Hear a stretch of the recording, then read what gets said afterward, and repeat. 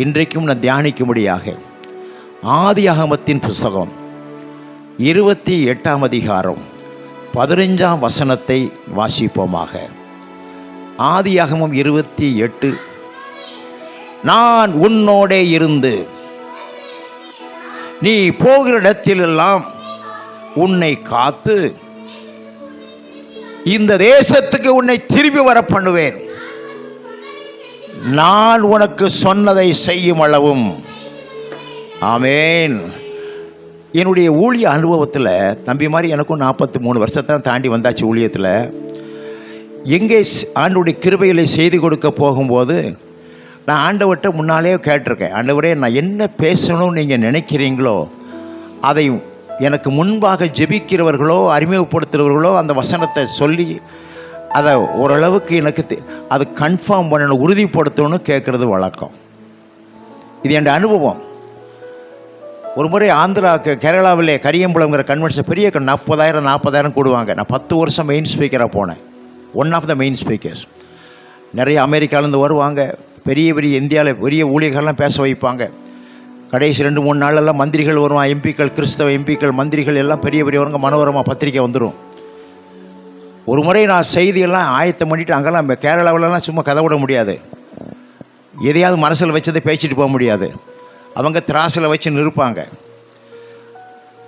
ஒரு 5 நிமிஷம் பேசிட்டாலே இவன் பாஸ் பண்ணுவான், பாஸ் பண்ண மாட்டான், தேர மாட்டான்னு கண்டுபிடிச்சிருவாங்க. தமிழில் ஒரு கவிதை இருக்குது, ஒப்பில்லா கனகம் தன்னை உரைகளில் காண வேண்டும், தப்பில்லா மணிகள் தன்னை சாணத்தில் காண வேண்டும், காப்புவால் எடுத்தோன் தன்னை களரியில் காண வேண்டும், செப்பினால் அறியலாமே தேசியன் பெருமைதாமேன்னு சொல்லியிருக்கான் ஒரு புலவர். நல்ல தங்கத்தை உரசி பார்க்கணுமா, உரசி பார்த்தா உரைகளில் பார்த்தா இது நல்ல தங்கம், இல்லாட்டி இது கேரட் கம்மியாக இருக்குன்னு சொல்லிடுவான். தப்பில்லா மணிகள்னால் வைரம். அந்த வைரத்தை சாணத்துக்குள்ளே வச்சு தூரத்தில் வச்சாலும் அந்த சாணத்துக்குள்ளிருந்து ஒளி வருமா, அதுதான் நல்ல வைரமா. காப்பு வாள் எடுத்தோன்னு தன்னைன்னா வாள் எடுத்து வீசுறவன் இவன் கெட்டிக்காரனாங்கிறத அவனை சண்டையில் விட்டா, கலரியில் விட்டா அவன் எப்படி சுற்றுறான், எப்படி சுழற்றான், அதை பார்த்து இவன் தேருவான், கெட்டிக்காரன்னு கண்டுபிடிச்சிடலாமா.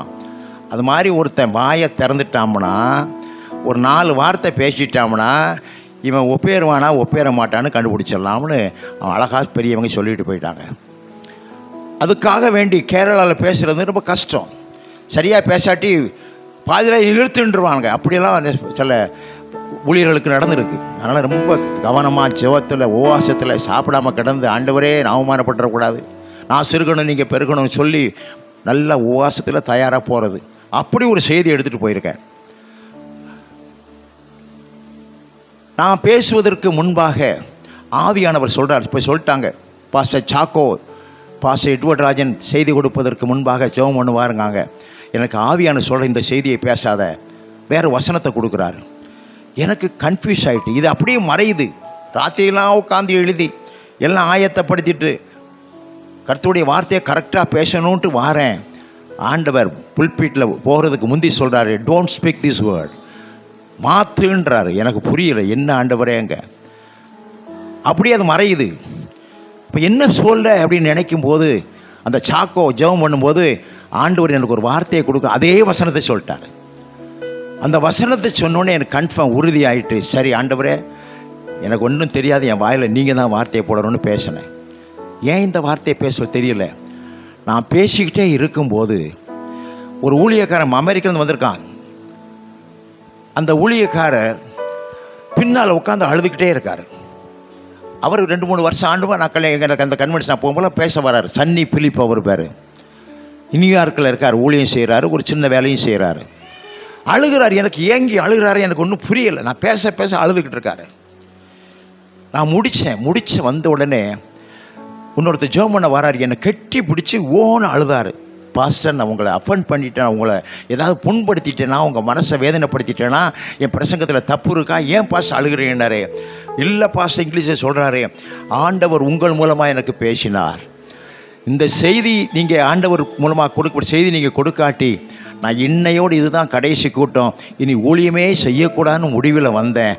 ஆனால் ஆண்டவர் உங்கள் மூலம் எச்சரித்து சொல்லிட்டாரையான்னு திரும்பி கெட்டி பிடிச்சி அழுதா. எனக்கு அழுக வந்துருச்சு. ஆண்டவருக்கு தெரியும், தேவன் உள்ளத்தை அறிகிற தேவன். மனிதன் முகத்தை பார்க்கிறான், ஆண்டவர் இருதயத்தை பார்க்கிறார். இன்னைக்கு நீங்கள் பல நினைவுகளோடு வந்திருக்கலாம், பல எதிர்பார்ப்புகளோடு வந்திருக்கலாம், பல சூழ்நிலைகளே வந்திருக்கலாம். ஆண்டவருக்கு தெரியும் உங்கள் எதிர்பார்ப்பு என்ன, உன் சூழ்நிலை என்ன, எல்லாம் அவர் அறிவார். ஆகவே தான் ஆண்டவர்கிட்ட கேட்டார். அப்படின்னா ஆண்டவரை இனிமேல் எனக்கு நான் என்ன பேசணுமோ அதை நீங்கள் உறுதிப்படுத்தணும். என் அன்பு தம்பி அழகாக சொன்னார். யாக்கோபை பற்றி சொல்லிட்டார். அவன் கோலும் கையுமாய் போனான், வெறுவனா போனான். ஆனால் இப்போ 2 பரிவாரத்தோடு வருகிறான். அது என்ன ரகசியம் நான் செய்தியில் சொல்கிறேன். ஏன் அவன் வெறும் கோலும் கையுமாக போனவனை இந்த 2 பரிவாரங்களோடு திரும்பி வை செய்தார்? அதற்கு ஒரு பெரிய ரகசியம் இருக்கிறது. நான் செய்தியின் நடுவில் அதை சொல்லுகிறேன். யாக்கோபு என்றால் இவனுக்கு பேர் எத்தன், ஏமாத்துக்காரன். அண்ணனை வஞ்சிச்சான், ஏமாத்தி அவனுடைய புத்திரி சுகாரத்தின் அந்த சிலாக்கியத்தை பிடுங்கிட்டான், கூளை கொடுத்து ஏமாத்திட்டான். இவன் கூடாரவாசி, ஆனால் அவன் ஏசா வனசஞ்சரி. ஆண்டவர் கூடார வாசிகள் மேல் விருப்பம் உள்ளவராயிருக்கிறார். கூடார வாசினா ஆலயத்தில் தங்கி இருக்கிறவன், இரவும் பகலும் கர்த்தருடைய வேதத்தில் பிரியமாக இருக்கிறவன், தேவனுடைய சுத்தத்தை செய்ய விரும்புகிறவன், தேவனுடைய பாதத்தில் அமர்ந்திருக்கிறவன், அவனைதான் ஆண்டவர் விரும்புகிறார். ஆனால் இவனுக்கு டோன்ட் கேர். வேட்டைக்கு போகணும், வீட்டை பற்றி கவலை இல்லை, ஆலயத்தை பற்றி கவலை இல்லை, ஆண்டவரை பற்றி கவலை இல்லை. எதையோ வேட்டையாடி எதை கொண்டு வந்து சாப்பிட்டு அப்படி தன்னுடைய உரிமையை கூட அவன் அலட்சியப்படுத்துவன் இருக்கா. பின்னால் யாக்கோ இதில் எபிரேயரில் சொல்லுது, அவன் மீண்டும் அதை பெற்றுக்கொள்ள நினைச்சு கிடைக்கல, அழுகிறான். ஆனால் இந்த யாக்கோபு எத்தனை அண்ணனை ஏமாற்றினான். அப்பா சொல்றார், முதிர் வயதில் ஈசாக்கு கூப்பிட்டு சொல்ல, எப்போ வயசாகி போச்சு, சாக போகிறேன், உன்னை ஆசீர்வதிக்கணும்ப்பா. மூத்தமட்ட சொல்கிறாரு, உன்னை ஆசீர்வதிக்கணும், எதையாவது ருசியாக வேட்டாடி கொண்டு வாடா, சமைச்சு கொண்டு வா அப்படின்றாரு. சில அம்மாமார் எப்போதுமே யாராவது ஒரு பிள்ளை மேலே ஓரம் வஞ்சம் வைப்பாங்க. மூத்தவனுக்கு ஒரு முட்டை வச்சா 2வது பேருக்கு உன்னை உள்ளே ஒளிச்சு வச்சுருவாங்க. ஏலே சோத்துக்குள்ளே ஒன்று இருக்குடா, அண்ணனுக்கு தெரியாத மாதிரி ஒன்று இருக்குடா, சோத்துக்குள்ளே இருக்கிறீங்க சாப்பிடு, அண்ணனுக்கு தெரியாமல் சாப்பிடு. தாய்மார்கள் பார்ஷாலிட்டி எத்தனையோ பிள்ளைகள் குடும்பத்தில் நம்ம பார்க்குறோம். இந்த ரெபேக்காளுக்கு இவன் மேலே ஒரு ஆசை, ஒரு அன்பு, ஆசை இல்லை அன்பு. அது என்னமோ ஒரு அன்பு அவன் மேலே, ஆண்டவர் கொடுத்த அன்பாக இருக்கலாம். அந்த அம்மா சொல்கிறாங்க, ஏடா அவங்க அப்பா இப்படி சொல்லிட்டாருடா, நீ ஏதாவது ஒரு ஆட்டுக்குட்டியை பிடிச்சி கொண்டு வந்து செட் பண்ணி கொண்டு வா, நான் அழகாக உங்கள் அப்பாவுக்கு ஏற்ற மாதிரி சமைச்சு கொடுத்துருதேன், உங்கள் அப்பாவை சாப்பிட வச்சு ஆசீர்வாதத்தை வாங்கிடுறேன், விட்டுறாத. அம்மா கூட சொல்கிறான், சொல்லி கொடுக்குறா. ஆனால் இவன் சொல்கிறான், அம்மா எனக்கு அவங்க அண்ணனுக்கு உடம்பெல்லாம் ரோமமாக இருக்க, எனக்கு இல்லையே, கண்டுபிடிச்சிட்டா என்ன சமைச்சு போடுவாரே, அது நான் பார்த்துக்கிடுதேன், நீ பிடிச்சிட்டு வா. பிடிச்சி கொண்டு வந்தான், சமைச்சா. ரோமா எப்படி ரோமம்ல நாரணும், அதுவும் ஐடியா சொல்லி கொடுத்தான். ஆட்டு தோலை போத்திக்கிட்டு போய் நிற்கிறான். அப்பா கேட்குறாரு, நீ ஏசாதானா? ஆமாம். எப்படி சீக்கிரம் ஆப்பிட்டுச்சு? அவன் சொல்கிறான், என் தேவன் எனக்கு வாய்க்க செய்தார். எவ்வளோ பொய் சொல்லணும் பார்த்தீங்களா? ஆண்டவருடைய முன்பாக ஒரு பொய்யை சொல்லுகிறான், ஏமாற்றி அப்பாவிடத்தில் ஆசீர்வாதத்தை வாங்குகிறான் எத்தன். ஆனால் இங்கே அப்பாவை ஏமாத்தினான், அண்ணனை ஏமாத்தினான், அங்கே மாமன் ஏமாற்றி போட்டான். நீ எதை செய்கிறது அதான் உனக்கு நடக்கும். இப்போ ஏசா வந்தான், வேட்டையாடி களைத்து போய் எல்லாம் ஆயத்தம் பண்ணி அப்பாட்டா கொண்டு வந்தான். அப்பா ஏசா வந்திருக்கிறேன். அப்படியா? முதல்ல ஒருத்தன் ஆசீர்வாதம் வாங்கிட்டு, அவன் யாரு? ஐயோ என்னை ஏமாத்திட்டாலாம், கெஞ்சிறான், ஒரு ஆசீர்வாதமாவது எனக்கு குடியா. அன்றைக்கு அவன் உள்ளத்தில் ஒரு வருமம், அவனை தொலைச்சி கட்டாமல் விட மாட்டேன். அன்றைக்கு காயினுக்கு ஒரு வர்மம் வந்துச்சு. ஆண்டவர் ஆபேலுடைய பலியை ஆசீர்வதிச்சார், ஏன் என்ன ஆசீர்வதிக்கல, என்னையா புறக்கணிச்சார் அப்படின்னா அவனை வாழ விட மாட்டேன். முதல் கொலை, எரிச்சல். இப்போ இவன் அடுத்து நினைக்கிறான், இவனை காலி பண்ணிடணும். இதை தெரிஞ்சு அம்மா சொல்கிறா, எடா ஏன் நான் உன்னை இழக்கணும், நீ நேரம் உங்கள் மாமா வீட்டுக்கு போ. ஈசா கூப்பிட்டு சொல்கிறான், நீ மாமா வீட்டுக்கு ஓடிடு, அங்கே போய் கொஞ்ச நாள் இரு, அங்கே ஒரு பொண்ணை கல்யாணம் பண்ணு, உன் அண்ணன் கோபம் ஆறட்டும், அதுக்கு பிறகு பார்த்துக்கலாம் போன்னு அனுப்புகிறாரு. சரின்னு அண்ணன் அப்பாவுடைய பேச்சை கேட்டு அவன் புறப்படுகிறான், கீழ்ப்படுகிறான். 7ஆம் வசனம் சொல்லுது, யாக்கோபு தன் தகப்பனுக்கும் தன் தாய்க்கும் கீழ்ப்படிந்து பதானாராமுக்கு போக புறப்பட்டு போனதையும் ஏசா கண்டதினாலும். சரி, அது இருக்கட்டும். அப்பா அம்மா கீழ்ப்படிஞ்சு போயிட்டான். போகிற வழியிலே மாலை நேரம் ஆகிட்டு. அப்போல்லாம் கார் கிடையாது, டிரான்ஸ்போர்ட் கிடையாது, நடந்து தான் போகணும். மாலை நேரம். மாமன் எப்படி இருப்பான்? மாமன் நல்ல மனுஷனா கோவக்காரனா? மாமன் நல்ல பிள்ளைகளா நம்ம ஏற்றுக்கொள்வாங்களா? அழகா இருப்பாளா அசிங்கமாக இருப்பாளா? அந்த மாமா வீட்டில் எப்படி இருக்கும் ஒன்றும் தெரியாது, குழப்பத்தில் போகிறான். சில வீட்டில் பொண்ணு பார்க்க போனால் யோசிப்பான், என் பையனுக்கு பொண்ணு பார்க்க 2வது பையனுக்கு, மூத்த பையன் வந்திருக்காரு, அவர் வக்கீலுக்கு படித்தார். நான் சொல்லிவிட்டு, நான் வக்கீல் வேலை பார்த்து கிழிச்சது போதும், நான் 10 வருஷம் வக்கீலாக இருந்தவன், நீ வக்கீல் வேலை வேண்டாண்டா, நீ ஊழியம் செய்யணும். இப்போ ஊழியம் செய்கிறேன். ஏன்னா தாயின் வயிற்றில் இருக்கும்போதே என் மனைவியை ஒப்பு கொடுத்தவங்க. அவன் மனைவி அரசாங்க டாக்டராக இருக்காங்க.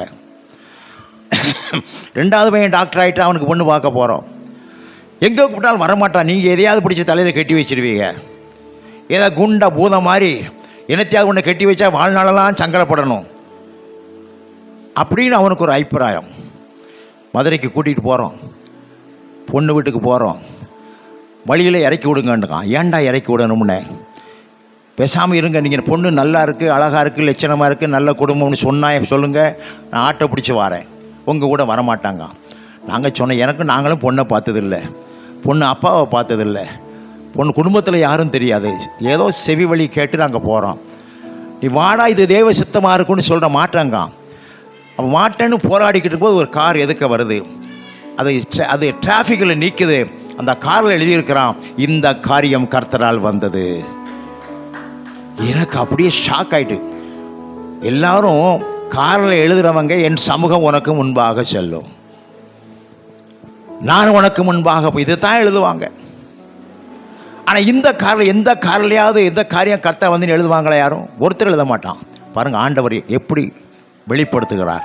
அப்போ சொன்ன, பாருடா, இந்த வசனத்தை ஆண்டவர் உனக்காக இந்த வண்டியில் எழுத வச்சு கொண்டு வராரு. அப்போ அவனுக்கு ஒரு கன்ஃபார்ம் வந்துச்சு, வான்னு வந்துட்டான். அங்கே போகிற ரூட்டுக்கெல்லாம் விசாரிச்சு போகும்போது அந்த தெருவில் ஒரு ஆள் நிற்கிறாரு. நல்லா கருப்பாக, தலையில் ஒன்றும் காணும், இப்படிலாம் இல்லை, கருப்பாக இருக்கார், ஒரு மாதிரி முழிச்சுக்கிட்டு இருக்காரு,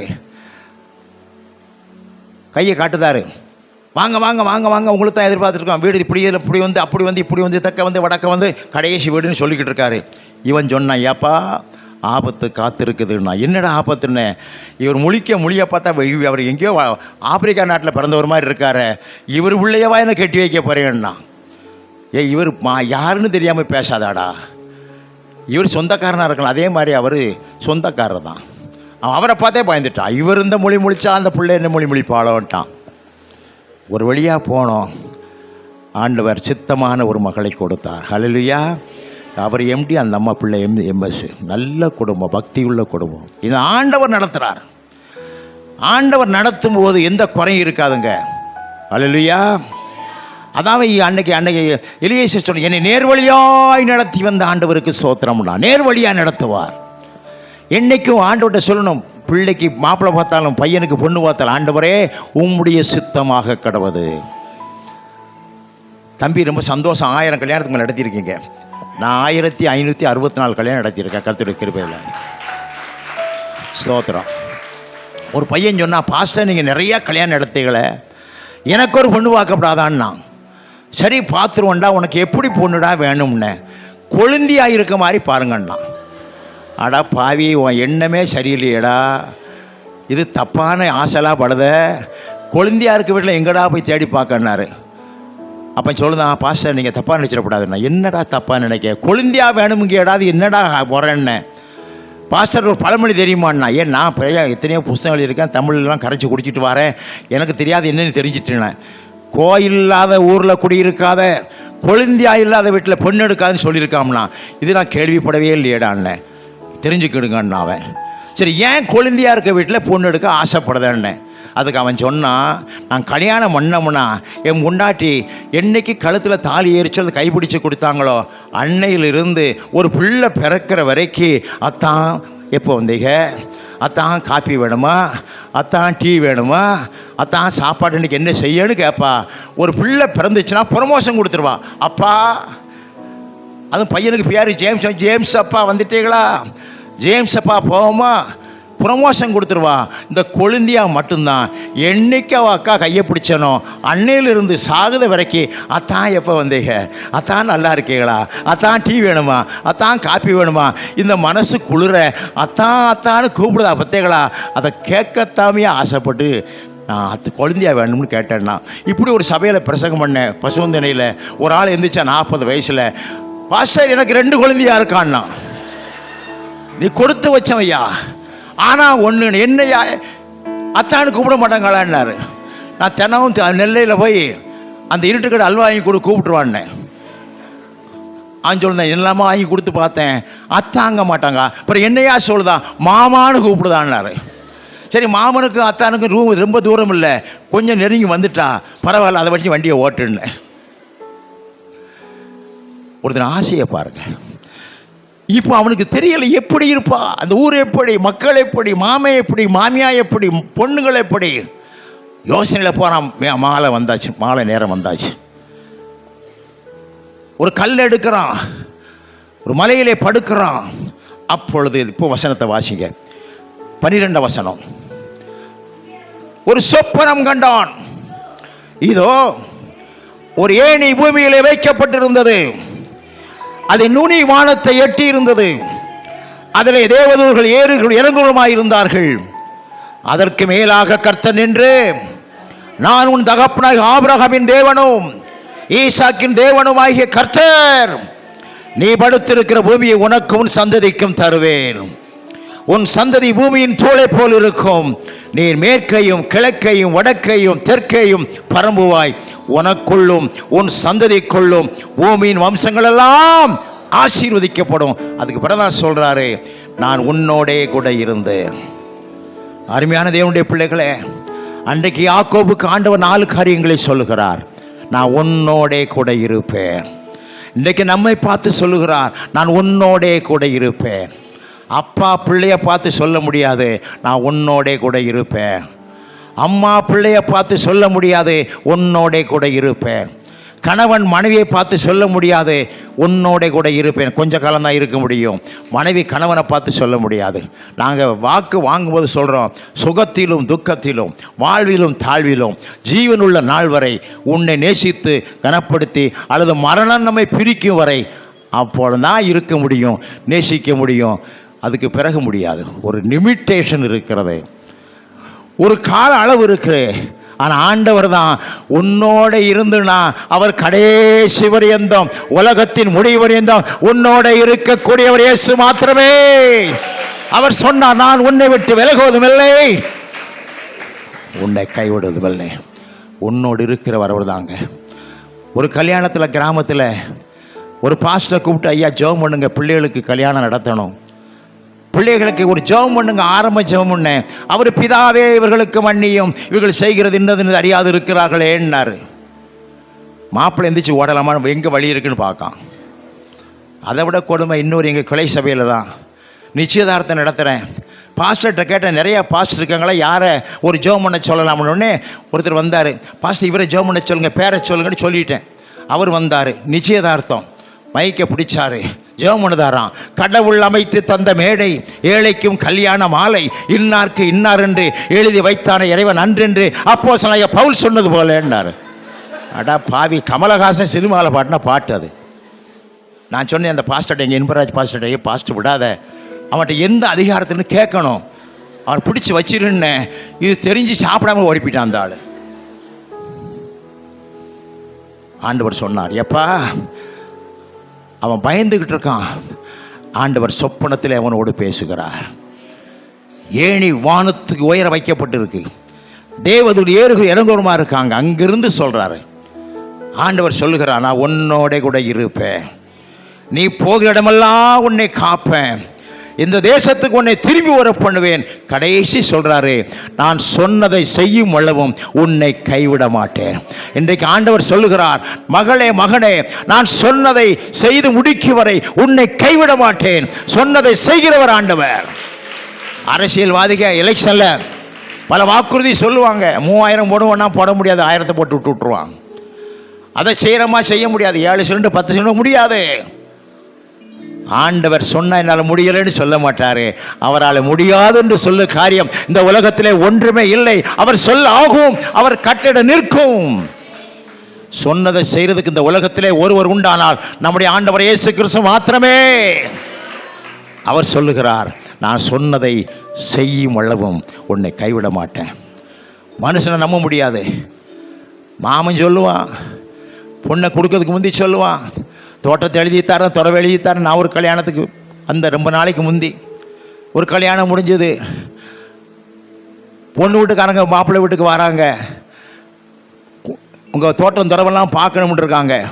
அப்படியே கூட்டிகிட்டு போய் இதெல்லாம் வாழைத்தோட்டம், அப்படியே தெற்க பார்த்து இதெல்லாம் தென்னந்தோட்டம், இது நெல் விளையிற இடம், இந்த கிணத்துல 2 மோட்டருக்கு தண்ணி வத்தாது. அவருக்கு ரொம்ப சந்தோஷம். ஆஹா, இந்த பக்கம் வாழைத்தோட்டம், இந்த பக்கம் தென்னந்தோட்டம், வத்தாத 2 மோட்டர் உள்ள கிணறு. பிள்ளைய கொடுத்துட்டாரு. கல்யாணம் பண்ணி ஒரு 2 வாரம் ஆன உடனே பிள்ளை கேட்கா, மனைவி கேட்கா, வாங்க வாழைத்தோட்டத்துக்கு போயிட்டு வருவோம், தென்னந்தோட்டத்துக்கு போயிட்டு வருவோம், மோட்டரை போட்டு தண்ணியில் குளிக்கணும்னு ரொம்ப ஆசைன்னா. இவர் சொல்கிறார், எவ்வளோ எங்கே இருக்குது, எங்களுக்கு எங்கே இருக்குது, அன்றைக்கி எங்கள் அப்பாட்ட சொன்னீங்களாம்ல வாழைத்தோட்டம் தென்னந்தோட்டம்னு. சொன்னது உண்மைதான். இதோ வாழைத்தோட்டம் வந்துடும், ஏன் தோட்டம்னு சொன்னேன்னா அது செட்டியாருக்குள்ளது. இதோ தென்னந்தோட்டம் ஏன் தோட்டம்னு சொன்னேன்னா அது செட்டியாருக்குள்ளது. இன்னைக்கு இருக்குது, இல்லைன்னு சொல்லலை. மோட்டரு கிணறு 2 மோட்டருக்கு கிணறு வத்தாது, உண்மைதான். இன்னைக்கு இருக்குது, அது எனக்குன்னு சொன்னேன்னா விவகாரம் வந்துருச்சு. நான் சட்டக்குள்ளே படிச்சுக்கிட்டு இருக்கேன். எங்கள் வீட்டில் தான் விவகாரம் பேசுகிறாங்க. பொண்ணுடைய அப்பா சொல்கிறாரு, ஏமாற்றி விட்டார் ஐயா, இவன் தோட்டத்தையா காட்டி ஏன் தோட்டம் விட்டார். அவன் சொல்லுதான். உடனே அப்பா இருந்து சொல்லுது, கரெக்டாக பேசணும், இது ஒரு கோயில் மாதிரி. நான் சொன்னேன்னா தோட்டம் சொன்னது உண்மை, என் தோட்டம் என்று சொன்னேன்னா நீங்கள் எடுத்துக்கிட்டால் நான் என்னையா செய்யணும்னா. அது கொஞ்ச நாள் அந்த பிள்ளை போச்சு, கோவிச்சிட்டு போச்சு, வந்துச்சு. கடைசியில் அங்கேயே சேர்ந்து வாழ்ந்து வாழ்க்கையை முடித்து செத்தும் போச்சு. கர்த்தருக்கு ஸ்தோத்திரம். மனுஷன் எதையெல்லாமோ சொல்லுவான், இல்லாததை சொல்லுவான், சொன்னதை செய்ய முடியாது. ஆண்டவர் சொல்லுகிறார், நான் சொன்னதை செய்யும் அளவும் கைவிடமாட்டேன். பயப்படாத, ஆண்டவரை நம்பலாம். நாசியிலே சோசம் உள்ள மனிதனை நம்புவதை பார்க்கலாம், கர்த்தர் பேரிலே பற்றுதலாக இருப்பது நலம். இதிலிருந்து ஒரு 4 காரியத்தை நான் உங்களுக்கு சொல்ல விரும்புகிறேன். அருமையான தேவனுடைய பிள்ளைகளே, ஆண்டவர் இதில் மூலமாக நமக்கு அறிவுறுத்த விரும்புகிற சத்தியம் என்னவென்றால், இந்த யாக்கோபு தேவனுடைய ராஜ்யத்துக்குரியவன், பரலோக ராஜ்யத்துக்குரியவன். நாமெல்லாம் யாரு? தேவனுடைய ராஜ்யத்துக்குரியவர்கள். நம்முடைய குடியிருப்போ சொல்லுங்க, பரலோகத்தில் இருக்கிறது. நம்முடைய குடியிருப்பு அங்க இருக்கு. இயேசு கிறிஸ்துவை பார்த்து சொன்னார், உங்கள் இருதயம் கலங்காது இருப்பதாக, தேவனிடத்தில் விசுவாசமாயிருங்கள், என்னிடத்திலும் விசுவாசமாயிருங்கள். என் பிதாவின் வீட்டில் அநேக வாசஸ்தலம் உண்டு. அப்படி இல்லை, நான் உங்களுக்கு சொல்லியிருப்பேன், நான் போய் ஒரு ஸ்தலத்தை ஆயத்தம் பண்ண போகிறேன். நான் ஆயத்தம் பண்ணி முடித்து நான் எங்கே இருக்கிறேனோ வேறையாம் அங்கே நீங்களும் இருக்கும்படி நான் வந்து உங்களை என்னிடத்தில் சேர்த்துக் கொள்வேன். அதுதாங்க நம்முடைய பூமி. பவுல் சொன்ன, நம்முடைய குடியிருப்போ பரலோகத்தில் இருக்கிறது. நாம் பரலோக ராஜ்யத்துக்குரியவர்கள். யாரும் இந்த உலகத்தில் ரொம்ப நாள் இருக்க முடியாது. அத்தமும் வாழ்வு அகத்து மட்டே, மெத்திய மாந்தரும் வீதி மட்டே, விம்மி விம்மி மேலே விழுந்தாலும் ஐந்தரும் சுடுகாடு மட்டே, பற்றி தொடரும் பாவ கர்ம புண்ணியமே பட்டினத்தார் சொன்னார். எதையும் கொண்டு போக முடியாது. இந்த உலகத்தில் நான் பார்க்கறதெல்லாம் மாயை தான். ஒருத்தன் சொன்னான், ஒரு தோட்டத்துக்கு முன்னால் நின்று எல்லாரையும் பார்த்து ரோட்டில் ஒன்று, இதெல்லாம் ஏன் தோட்டமியா, ஏன் சம்பத்தியா, பெருமையாக பேசினா. ஒரு வயசாளி வந்தார் அந்த பக்கம், தம்பி ஒரு 50 வருஷத்துக்கு முந்தைய ஒருத்தர் நின்று இப்படி சொல்லிக்கிட்டு இருந்தாரப்பா, ஏன் தோட்டம்னா. அவர் யாருன்னா, அது எங்கள் தாத்தா.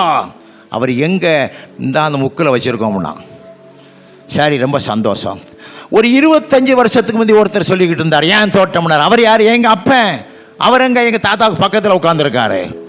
இப்போ நீ சொல்கிற, உனக்கும் அங்கே தாண்டா இடம், ஆடி அடங்கும் வாழ்க்கையடா, 6 அடி நிலைமை சொந்தம். 6 அடி அன்னைக்கு சொல்லிட்டான், ஆனால் பட்டுக்கோட்டை வேறு மாதிரி சொன்னான். குட்டி ஆடு தப்பி போனா குள்ளநெறிக்கு சொந்தம், குள்ளநெறி மாட்டிக்கிட்டா குறவனுக்கு சொந்தம், தட்டுக்கட்ட மனிதர்களில் பட்டதெல்லாம் சொந்தம். சட்டப்படி பார்க்க போனா 8 அடி தான் சொந்தம்ட்டான். அப்போ எல்லா புலவர்கள், பாவநாச சிவன், பெரிய பெரிய அந்த காலத்தில் பெரிய புலவர்கள் எல்லாம், கவிஞர்கள் எல்லாம் சொன்னாங்க, நீ எழுதுனதில் சொற்பிழை இருக்கிறதுன்னாங்க. பட்டுக்கோட்டைக்கு அப்போ 23 வயசு இந்த பாடலை எழுதும்போது அவன் சொன்ன என்ன சொற்பிழைன்னா, 6 அடி தாண்டா சொந்தம், அது எப்படி நீ 8 அடி எழுதுன தப்புன்னா. நான் எழுதுறதாம்ட்டான். அன்னைக்கு ஒரு 30 வருஷத்துக்கு முந்தைய ஆள் தோண்டுவான்.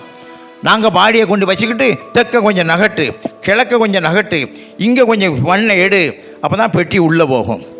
இன்றைக்கி ஜேசிபி கரெக்டாக 8க்கு 4 தோண்டிடுதான். தோண்டதானே இல்லையா? தீர்க்கதரிசனமாக நடக்கு. மனுஷனுக்கு அதுதாங்க சொந்தம். மாடுண்டு கண்டுண்டு மக்கள் உண்டு மகிழ்ந்திருந்த மானிடா, இப்பொழுது உன் பேரெங்கே, ஊரெங்கே, உன் சுற்றமெங்கே? விம்மி அழுத மனையாளும் வீதியோடு நின்று விட்டாள், சுமந்து வந்த சுற்றமும் சுடலோடு திரும்பி விட்டார். இறந்த பிறகு உனக்கு மேடையா? முடியாண்ட மன்னவனும் முடிவில் ஒருபடி சாம்பலாவார்னு ஒருத்தன் எழுதியிருக்கான். முடியாண்ட மன்னவனாக இருக்கட்டும், கடைசியில் என்னது, ஒரு டப்பாவில் அடைச்சிருந்து அவங்க அப்பா கொண்டு போ, டப்பாக்களை தான் உட்காந்துருப்பார். அதான் மனுஷ வாழ்க்கை. எதையும் கொண்டு வந்ததும் இல்லை, கொண்டு போவதும் இல்லை. அதைத்தான் 2 கொரிந்தியர் 5:10 சொல்லுது, சரீரத்தில் அவனவன் செய்த நன்மைக்காவது தீமைக்காவது தக்க சன்மானத்தை பெற்று நாம் எல்லாரும் எங்கே போய் நிற்கணும்? அவன் நியாயசனத்தில் முன்னால் நிற்கணும். வேற ஒன்றும் கொண்டு போக முடியாது. நாம் செய்கிற நல்லவைகள், நாம் செய்கிற நற்கிரியைகள், நாம் செய்கிற ஊழியம், நாம் செய்கிற அன்பு இரக்கம், அதான் சொன்னாரே, வலதுபக்கம் நிற்பவர்களை பார்த்தேன் பிதாவால் ஆசீர்வதிக்கப்பட்ட உள்ள வாங்க, உள்ள வாங்க. நான் பசியாக இருந்த சாப்பாடு கொடுத்தீங்க, வஸ்திரம் இல்லாமல் இருந்த வஸ்திரம் கொடுத்தீங்க, வியாதியாக இருந்த விசாரிக்க வந்தீங்க, காவல் இருந்த விசாரிக்க வந்தீங்க. எப்போ ஆண்டவரே? அவர் சொல்றாரு, இந்த சிறியில் ஒருவருக்கு எதை செய்தீர்களோ எனக்கே செய்தீர்கள். அல்லேலூயா. அதுதாங்க நம்ம கூட வரும். நாம் என்ன செய்கிறோமோ அதைத்தான் ஆண்டவர் சொன்னார். உன்னை நேசிப்பது போல பிறரை நேசிப்பாயாக. தேவனுடைய ராஜ்யத்துக்குரியவர்கள் எப்படி இருக்கணும்?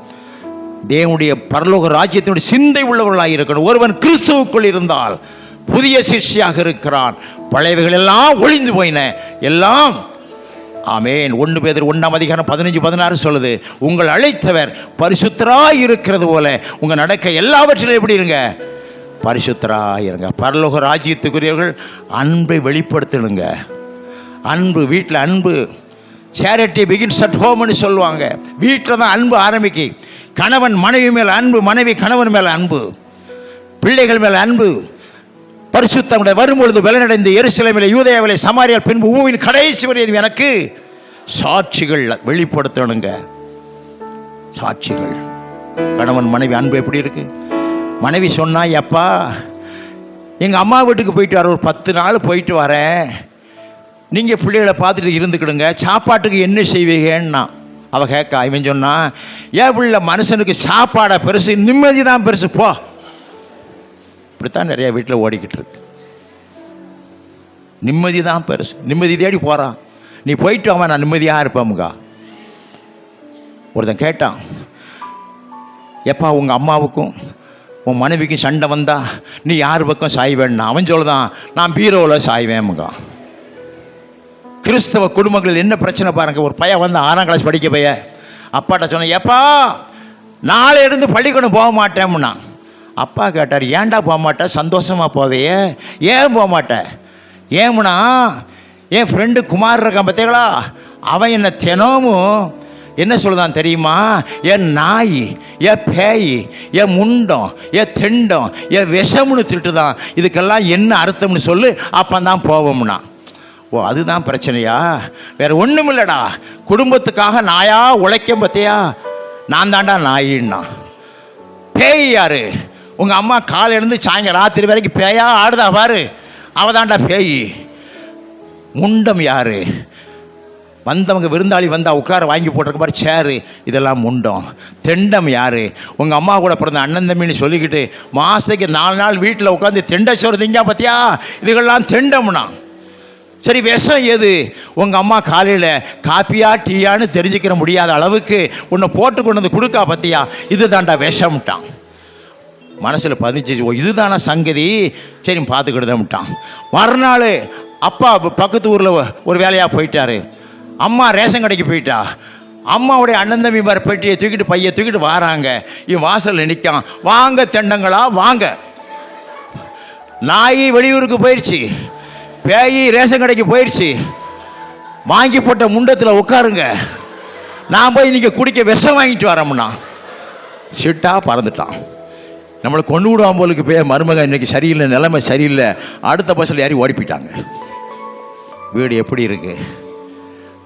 எப்படி இருக்கணும்? கர்த்தருடைய வீடு 127 சங்கீதத்தில் சொல்றாரு, கர்த்தருக்கு பயந்து அவர் வழிகளில் நடக்கிறவன் எவனோ உன் கையின் பிரயாசத்தை நீ சாப்பிடுவாய், உனக்கு வாக்கியம் நன்மை உண்டாயிருக்கும். உன் மனைவி உன் வீட்டோரங்கள் எப்படி இருக்கணும்? கனிதரும் திராட்சை கொடி. உன் பிள்ளைகள் பந்திய எப்படி இருக்கணும்? ஒலிவ மர கன்றுகள். இன்னைக்கு பிள்ளைகள் எப்படி இருக்காங்க? ஒலிவ மர கன்றா இருக்காங்களா? நான் 4 பள்ளிக்கூடம் வச்சுருக்கேன். எய்டட் ஸ்கூல் 3 வச்சுருக்கேன், ஹை ஸ்கூல், பிரைமரி ஸ்கூல்ஸு. ஒரு நாள் ஒரு பள்ளிக்கூடத்துக்கு போனேன். 6ஆம் கிளாஸ் வாத்தியார் சொல்லுதார், சார் இந்த பிள்ளைகளுக்கெல்லாம் ஒன்றும் பாடம் நடத்த முடியாது, விளைஞ்சிட்டான் பிள்ளைங்க, அவன் என்னெல்லாம் எழுதி வச்சுருக்கானு என்னால் எனக்கே விளங்க மாட்டேங்கு. என்ன சார் இப்படி ஆதங்கப்படுது? என்ன நடந்துச்சு? என்ன ஒரு 6ஆம் கிளாஸ் போய் தமிழ் புத்தகத்தில் எடுத்து தற்செயலாக பார்த்தேன், ஒரு கவிதை எழுதி வச்சுருக்காம்னாரு. கவிதையை கொண்டாங்கன்னு பார்த்தா அற்புதமாக எழுதியிருக்கிறான். பட்டுக்கோட்டை கல்யாணம் 4ஆம் கிளாஸில் கவிதை எழுதினார். 7ஆம் கிளாஸில் பாரதியார் கவிதை எழுதினார். பிள்ளைகள் எழுதட்டும், நீ வாங்கி பார்த்தா பேரை கூப்பிடுங்கன்ட்டேன். தட்டி கொடுத்து பிரமாதம்டா, ஆனால் +2 முடிவு வரை கவிதை எழுதாத, எழுதினாலும் வாத்தியார்ட்ட காட்டாத, வீட்டிலே வச்சுக்கோ. அப்போ கவிதை எழுதியிருக்கான், தூரத்தில் இருப்பது சென்னை, தோட்டத்தில் இருப்பது தென்னை, வீட்டில் இருப்பது திண்ணை, நான் நினைப்பதோ உன்னை. இவனை பாராட்டாமல் இருக்க முடியுமா? என்ன அற்புதமாக எழுதியிருக்கான் பாருங்க. அதை முடிச்சுட்டு ஒரு நாள் சோசியல் வாத்தியார் வந்தார். நான் ஆஃபீஸில் உட்காந்துருக்கேன். ஐயா பேக விளைஞ்சிட்டாமையா, இனி ரிட்டையர்ட் ஆகிற வரைக்கும் பேகிட்ட கேள்வியே கேட்கப்படாத முடிவு பண்ணிட்டோம்னாரு. அப்படி என்னையா உங்களுக்கு ஆதகம் என்ன? அப்படி உங்கள் மனசில் ஒரு வருத்தம் வந்துச்சுன்னு. நான் ஒரு நாள் சோசியல் சர்வீஸ் பாடம் நடத்தும் போது சிலருக்கு தமிழ் மொழி பிடிக்கும், சிலருக்கு மலையாள மொழி பிடிக்கும், சிலருக்கு இந்தி மொழி பிடிக்கும், சிலருக்கு ஆங்கில மொழி பிடிக்கும். மனோகரா உனக்கு என்ன மொழி பிடிக்கும்னே? உங்கள் மகள் தேன்மொழியைத்தான் பிடிக்குமுங்க. நான் எப்படி சார் பாடம் நடத்தாங்கார் அவர். காலம் அப்படி ஓடிக்கிட்டு இருக்கு. உன் பிள்ளைகள் எப்படி இருக்கணும்? ஒலிவ மர கன்றுகளாக இருக்கணும். பிள்ளைகளுக்கு சொல்லிக் கொடுக்கும்போது சொல்லுங்கள், தானியேலை போல ஜெபம் பண்ணுங்கடா, சாமியலை போல ஊழியம் செய்யுங்கடா, யோசேப்பை போல கர்த்தருக்கு வைராக்கியம் வருங்கடா. உதாரணம் சொல்றது, தானியேலை சொல்லுங்க, யோசேப்பை சொல்லுங்க, சாமியலை சொல்லுங்க. ஏத்த விட்டு பிள்ளைய பாருடா, ஏத்த விட்டு பையனை பாருடா, அவன் எப்படி படிக்கிறான்டா. பரீட்சை +2 நடந்துக்கிட்டு இருக்கு, பெய அக்கறை இல்லாமல் டிவி செல்ஃபோனை நோண்டிக்கிட்டு இருக்கான். அப்பா வந்தார், அறிவு கட்ட நாய, ஏற்ற விட்டு பிள்ளைய பாரு, 12 மணி வரைக்கும் லைட் எரியுது, படிக்கா.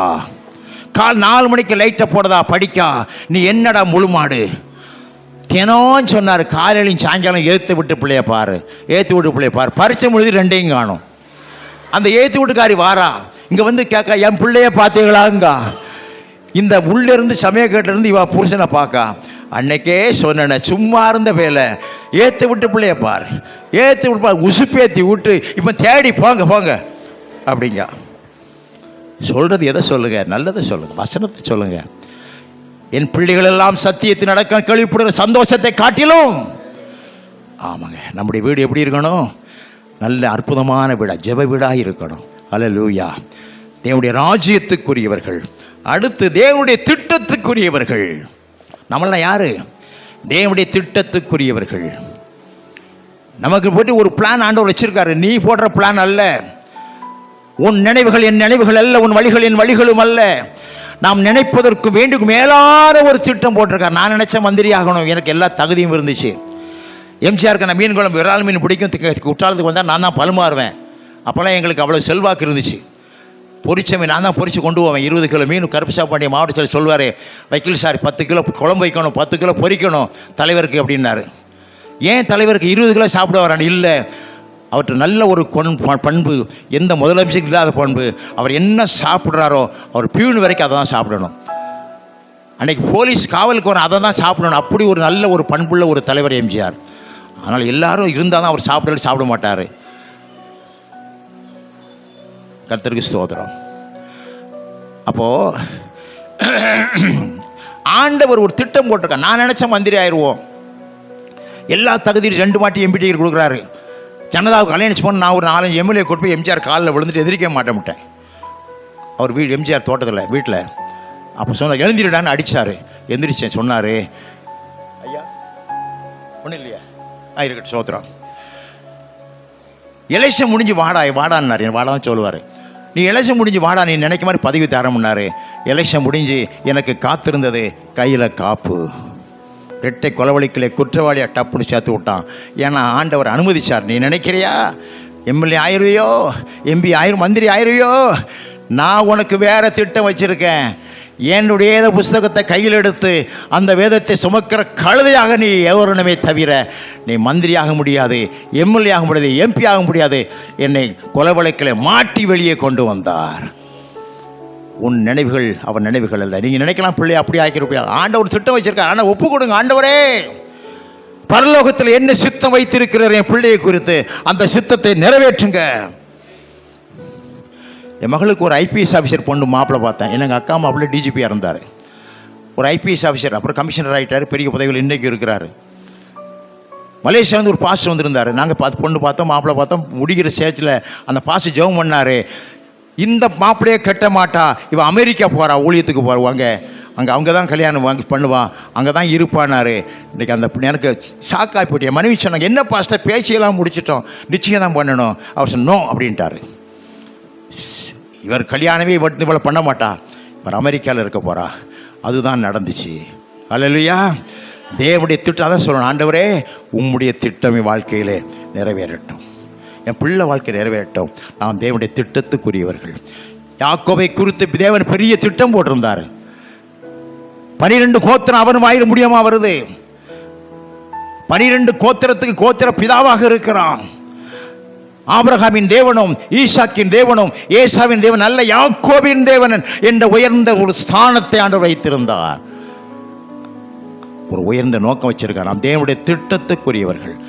ஊழியக்காரராக இருக்கட்டும், விசுவாச மக்களாக இருக்கட்டும், ஆண்டவரே பரமண்டலத்திலே, அதான் இயேசுநாதர் ஜெபம் பண்ண சொல்லி கொடுத்தாரு, பரமண்டலத்திலே இப்படி சித்தம் செய்யப்படுவது போல பூமியிலும் செய்யப்படுவதாக.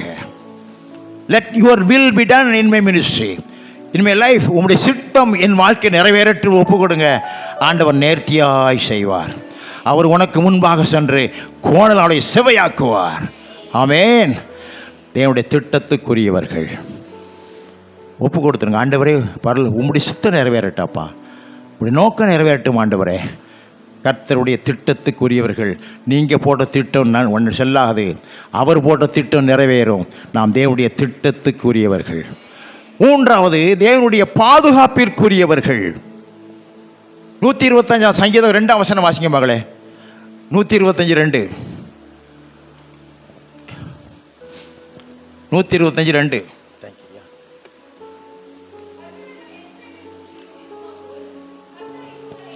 பர்வதங்கள் எருசலேமை சுற்றி இருக்குமா போல் கர்த்தர் இது முதல் என்றைக்கும் ஆமேன் ஜனங்களை சுற்றி இருக்கிறாங்க. அவருடைய பாதுகாப்பு. உன்னை தொடுகிறவன் கண்மணியை தொடுவான் என்று ஆண்டவர் சொன்னார். உனக்கு விரோதமாக உருவாகிற எந்த ஆயுதம் வாய்க்காதே போகும், உனக்கு ஒரு வழி 7 வழியாக ஓடிப்பான்னு சொன்னார். கர்த்தர் நமக்காக யுத்தம் செய்வார். 46 சங்கீதம் 10 வசனம் சொல்லுது, நீங்கள் தரித்திருந்து, நீங்கள் அமர்ந்திருந்து நானே தேவன் என்று அறிந்து கொள்ளுங்கள். கலவரப்பட வேண்டாம். என்ன செய்ய, ஆபத்து கஷ்டம் பிரச்சனை வந்துருச்சே நினைக்க வேண்டாம். கொரோனாவில் என்ன சேர்த்தாங்க, எனக்கு கொடுத்த CD report extremely dangerous. Corona சீரியஸாக ஓடிக்கிட்டு இருக்கு. பாஸ்டர் ஜான்ராஜ் சர்ச்சில் ஒரு கல்யாணம், அவர் தலைமை நான் நடத்தணும். நான் போய் இறங்கினேன், கட்டி பிடிச்சி அணைச்சி நண்பர் அவர் கை கொடுத்து என்னை வீட்டுக்கு சர்ச்சைக்கு கூப்பிட்டு போனார்.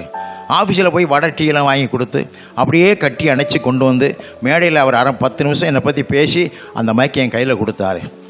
ஆரம்பஞ்சம் போய் செஞ்ச சிவகங்கை பாஸ்டருக்கு மறுநாள் கொரோனா வேலம்மாளில் சேர்ந்துட்டார். இவருக்கு அடுத்த நாள் கொரோனா வேலம்மாளில் சேர்ந்துட்டார். எனக்கு எத்தனையோ phone call, pastor Sivaganga pastor corona சேர்ந்துட்டார், ஜான்ராஜ் சேர்ந்துட்டார், நீங்கள் எங்கே இருக்கீங்க, நான் இன்னும் சேரலையான்னேன். என் பையன் திட்டுறான், அவன் கொரோனா எக்ஸ்பர்ட் டாக்டரு. ஏன்பா நீங்கள் போனீங்க, ஏன் போனீங்க, பயங்கரமாக பரவுதே.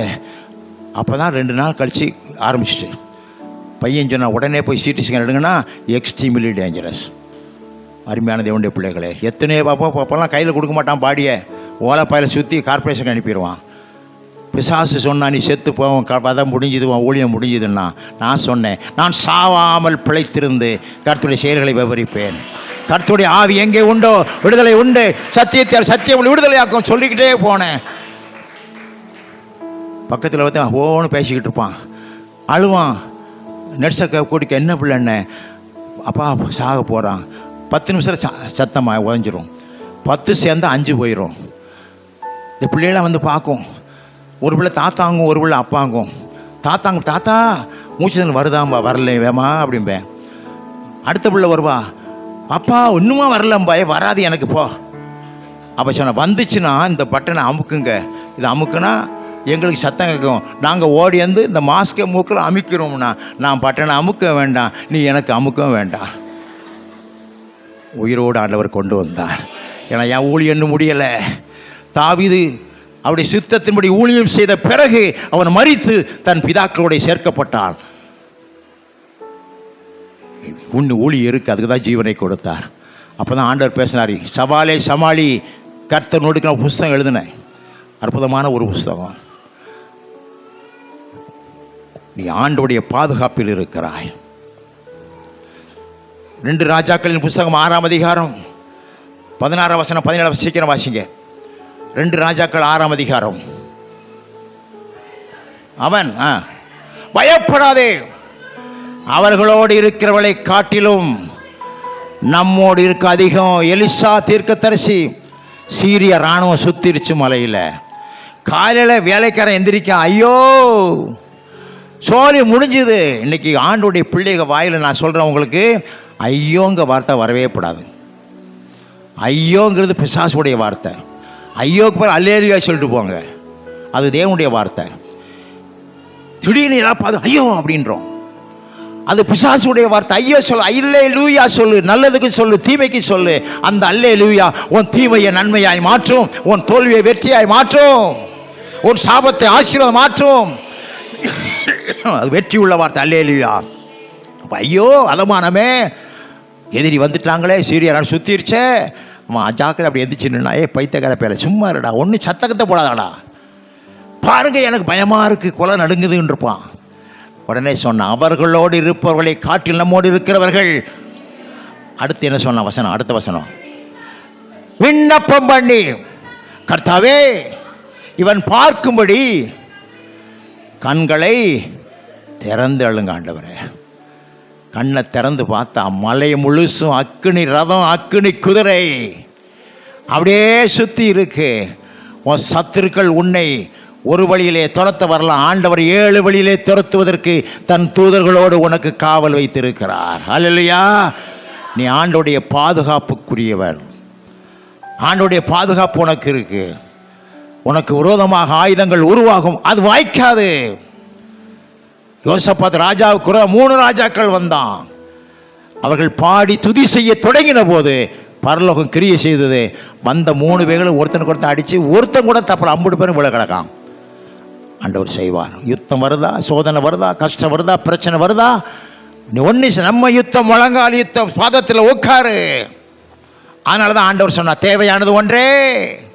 உன் கஷ்ட நேரத்தில், உன் துன்ப நேரத்தில், உன் தேவை நேரத்தில் தேவையானது ஒன்றே, அது ஆண்டோடைய பாதம்.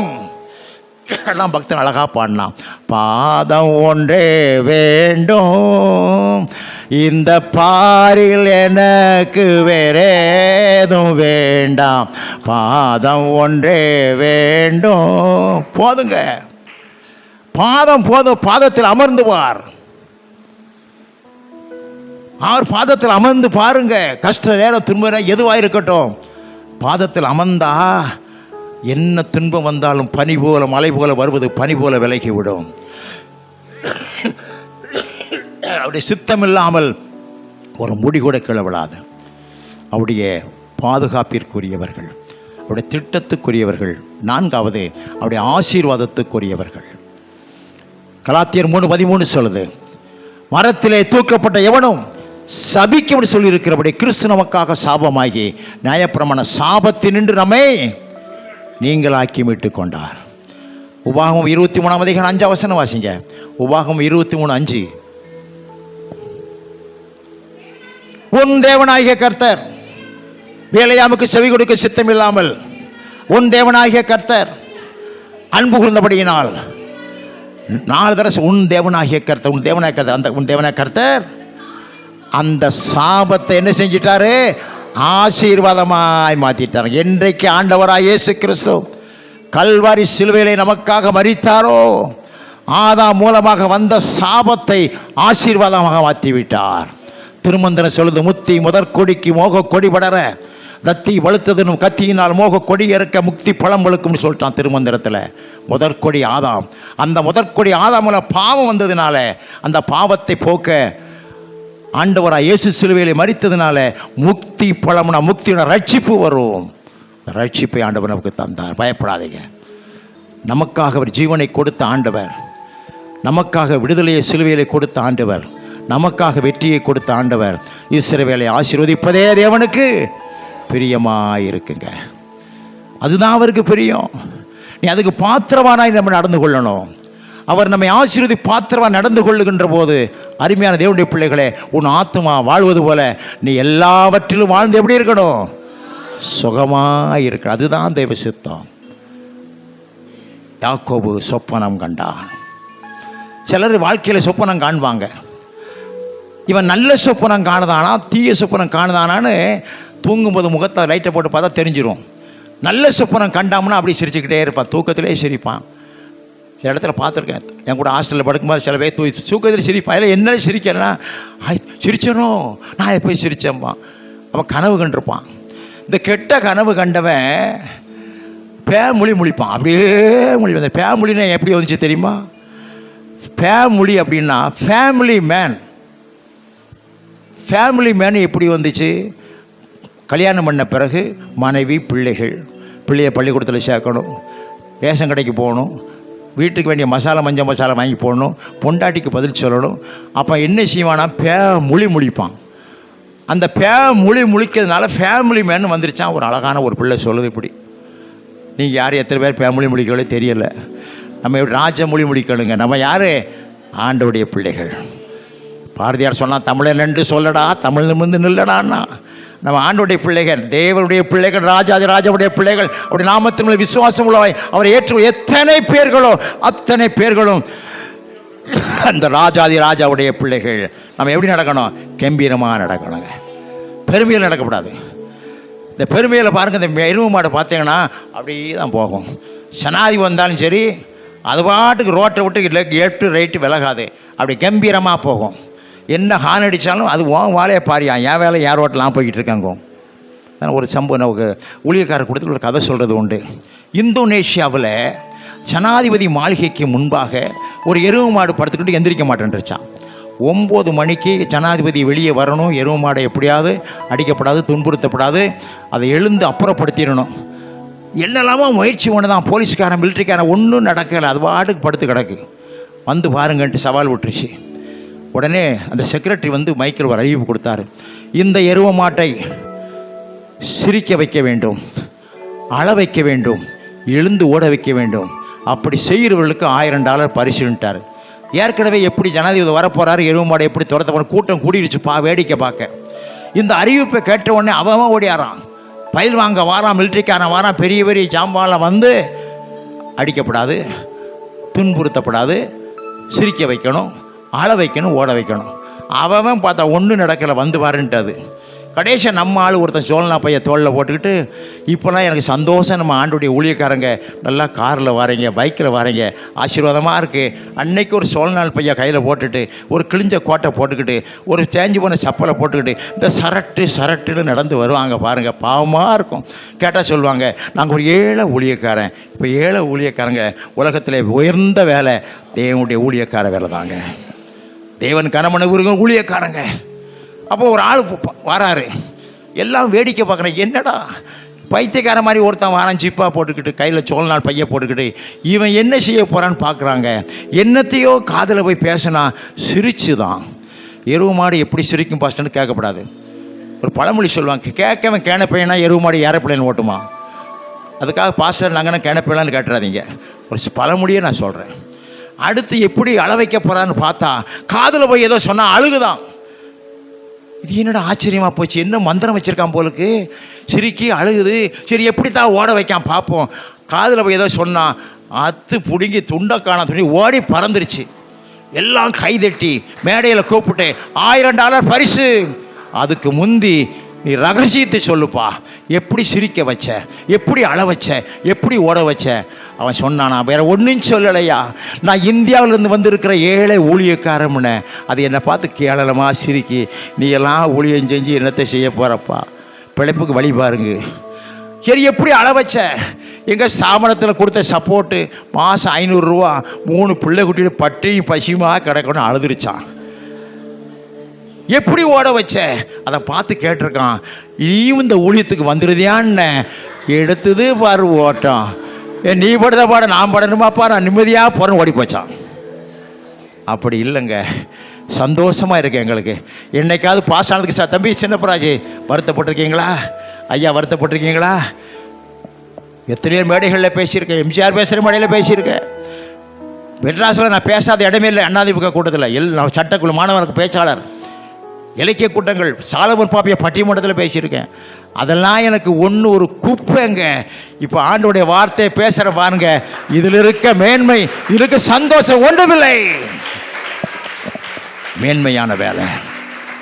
நம் ஆசீர்வாதத்துக்கு என்று அழைக்கப்பட்டவர்கள். உன் ஆத்மா வாழ்வது போல நீ எல்லாவற்றிலும் வாழ்ந்து எப்படி இருக்கணும், சுகமாயிரும். இப்போ இறுதி கட்டத்துக்கு அடுத்த கட்டத்துக்கு வரேன். இப்போது அவன் ஆண்டவர் சொப்பனத்தில் எல்லாம் வெளிப்படுத்திட்டார். இப்போ நல்ல சொப்பனம் கெட்ட சொப்பனம்னு சொன்னேன். ஒருத்தன் அப்படியே சிரிச்சுக்கிட்டே இருக்கான் சொப்பனத்தில். சிரிச்சுக்கிட்டு இருக்கும்போது நேரம் ஆஃபீஸுக்கு போக நேரமாச்சு. அவன் ஃப்ரெண்டு எழுப்புதே, எலும்புல நேரம் ஆச்சு, சீக்கிரம் குளிச்சுட்டு ஆஃபீஸுக்கு போக நேரம் ஆச்சுன்ன உடனே தடுத்து எழுந்திரிச்சு, கெடுத்து விட்டியடா, முக்கியமான நேரத்தில் கெடுத்து விட்டிய, என் கனவை கலைச்சிட்டிய, விளங்காத வயலங்கம். என்ன முக்கியமான நேரம், என்ன கனவு கண்ட? ராஜகுமாரத்திய கல்யாணம் பண்ணது மாதிரி கனவு கண்ட. பாஸ்டர் கையை பிடிச்சி கொடுக்குற நேரத்தில் எழுப்பிட்டியாங்க. அவன் இது விளங்குமா, உருப்படுமா அவனுக்கு? கனவுகள் தான் அண்ணா இவர் சொன்னார், நம்ம அப்துல் கலாம் ஐயா, கனவு காணுங்கள். அதைத்தான் நம்ம வசனம் சொல்லுது. தரிசனம் வேணும். தரிசனம் இல்லாத இடங்களில் ஜனங்கள் சீர்கட்டு போ. தரிசனம், உன் எதிர்காலத்துக்கு ஒரு தரிசனம், உன் பிள்ளைகளுக்கு ஒரு தரிசனம், ஊழியத்துக்கு ஒரு தரிசனம் இருக்கணும். கர்த்தருக்கு ஸ்தோத்திரம். நாம் ஆசீர்வாதத்துக்கு என்று அழைக்கப்பட்டவர்கள். உபாகமம் 28ஆம் அதிகாரம் வீட்டில் போய் படிங்க. 1 முதல் 14 வசனங்கள். கர்த்தருக்கு பயப்படுகிற பிள்ளைகளுக்கு, வார்த்தைக்கு பிள்ளைகளுக்கு அத்தனை ஆசீர்வாதங்களை அவர் வைத்திருக்கிறார். இப்போ அதுக்கு பிறகு சொல்றாரு, அவன் பயந்து இவன் எந்திரிக்கிறான். யாக்கோபு நித்திரை தெளிந்து விழித்த போது மெய்யாகவே கர்த்தர் இந்த ஸ்தலத்தில் இருக்கிறார், இதை நான் அறியாதிருந்தேனோன்னு சொல்றான். இது என்ன ஸ்தலம்? ஆண்டவருடைய ஸ்தலம், பெத்தேல், தேவனுடைய வீடு. இது மெய்யாகவே இந்த ஸ்தலத்திலே ஆண்டவர் இருக்கிறார். விசுவாசிக்கிறீங்களா? அல்லேலூயா. எப்படி சாலமோன் கட்டிய தேவாலயத்தில் ஆண்டவர் இருந்தாரோ, இந்த தேவாலயத்திலே ஆண்டவர் இருக்கிறார். அல்லேலூயா. இது ஆலயம்.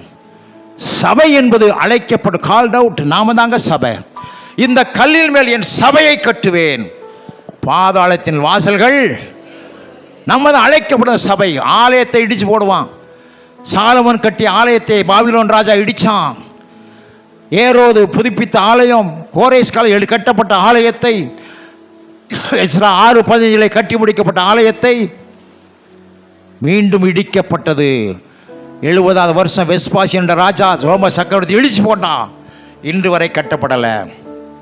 ஆலயங்கள் இடிக்கப்படலாம், சபை இடிக்கப்படாதுங்க. உன் ரட்சிப்பை பிசாசு இடிச்சு போட முடியாது. உன் ஆசீர்வாதத்தை இடிச்சு போட முடியாது.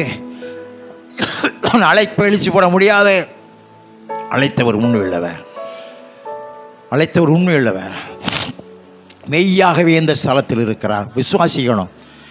இந்த ஸ்தலத்தில் மெய்யாகவே இருக்கு. ஏன்னா நம்மளாம் அழைக்கப்பட்ட சபையை நம்ம கூடி வர்றோம், மனவாட்டி கூடி வர்றோம். கிறிஸ்துவானவர் மகிமையை நம்பிக்கை எங்கே இருக்காரு சொல்லுங்க? ஆண்டவர் எங்கே இருக்காரு? உயிர்த்தெழுந்த இயேசு எங்கே இருக்கிறாரு? நமக்குள்ளே. நீங்கள் தேவனுடைய ஆலயமாக இருக்க வேண்டும். தேவ ஆவி உங்களுக்கு வாசமாக அறியாது இருக்கிறீர்களா? பாரதியார் சொன்னான், ஈசன் வந்து சிலுவையில் மாண்டார், எழுந்து உதிர்த்தனர் ஆளொரு ஒன்றில் நேசமறியால் மகதலேனாள் நேரிலே இந்த காட்சியை கண்டால் தேசத்தின் உட்பொருள் கேளீர் தேவர் வந்து நமக்குள் புகுந்தே நாசமின்றி நம் மனிதம் காப்பார் நம் மகந்தையை நாம் கொன்று விட்டாலும் அவன் படிக்க போயிட்டான்.